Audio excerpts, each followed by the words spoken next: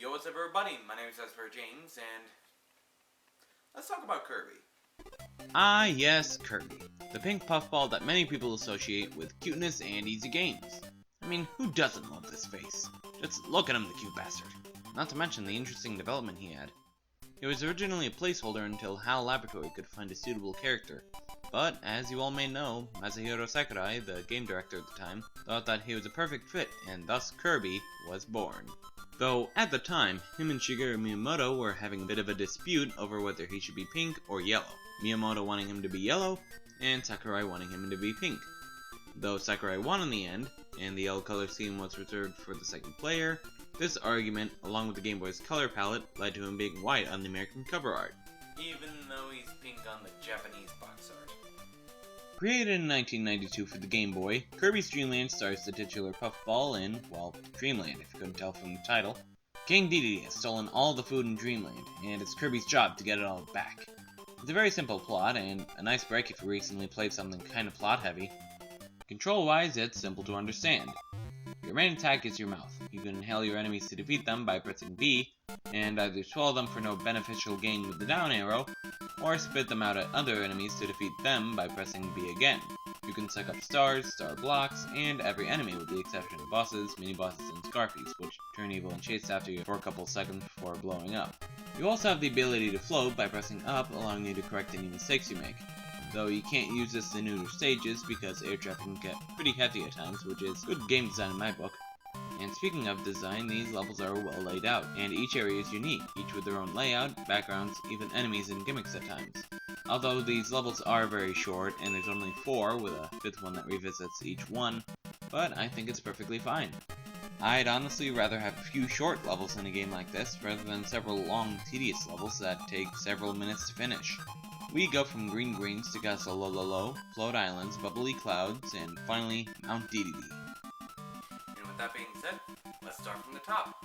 Green Greens is, well, a green field. Not really much to say about it, except that it's one of the most memorable tracks in video game history. Truly, it's the Mario 1 overworld of its series. Castle Lololo is, well, a castle, not really much to it. It does have some neat maze-ish elements, though. Float Islands is... okay, so maybe these aren't very creative when it comes to the levels themselves. They're still really good with very memorable music. Oh, and can't forget that door in the moon. The bosses aren't too interesting either. Wispy Woods is pathetic. He just drops apples and spits air at you. Lololo and Lala walk back and forth, pushing blocks, nothing special. Kabula, however, is pretty interesting. You actually need to take this mint leaf, which gives you unlimited air puffs and turns the game into a shmup, basically. But only with Kabula. It's an interesting change of pace, but still kinda easy and very short. Racco is actually pretty sporadic, and I actually died on this one. Moving on to Mount Dedede, though, we now have to do 4 mini-levels based on the 4 levels we went through. Wow, first game when we were already getting nostalgia trips. After beating them and the 4 bosses with no changes, we now have to fight King Dedede. This is pretty cool. He has a ton of health, and he has a very sporadic moveset. But it's still easy enough not to feel jarring. Looking at you, Skybase Zone.